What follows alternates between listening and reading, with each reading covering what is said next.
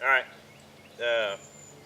talking about angle of impact, I guess, how the difference between shooting straight, and then if you're up in your, say if you're up in the stand, bow hunting, range, things like that. This doesn't necessarily mean bow hunting range, but just the difference between shooting basically on the horizontal plane versus shooting up, from an angle, to give the difference on point of aim. I'm going to demonstrate. I forgot slugs at home. I'm using a 410, and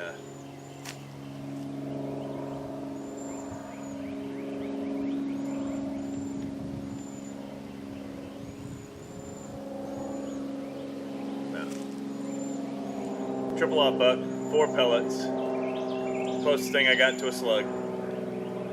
But I'm gonna show the difference between aiming straight and then going up high, and see what the how off it's gonna be. Basically, in a nutshell. I know it just took me 5 minutes to explain that, which that's not gonna be in the video, but this part might be in the video, just so y'all know that I've been standing here for over 5 minutes, basically trying to explain.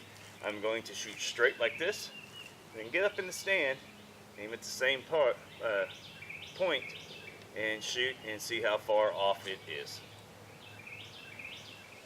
I'm going to do a straight shot, and then get up in the bow stand and shoot down at that angle.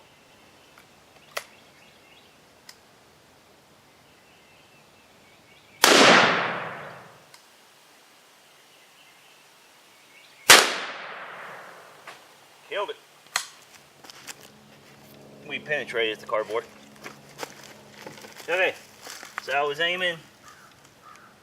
This is with the bead sight. Yeah, should have. I just ill prepared. But anyway, that's why it's a shotgun and not a rifle. But now aiming right here. So we're pretty much still solid on.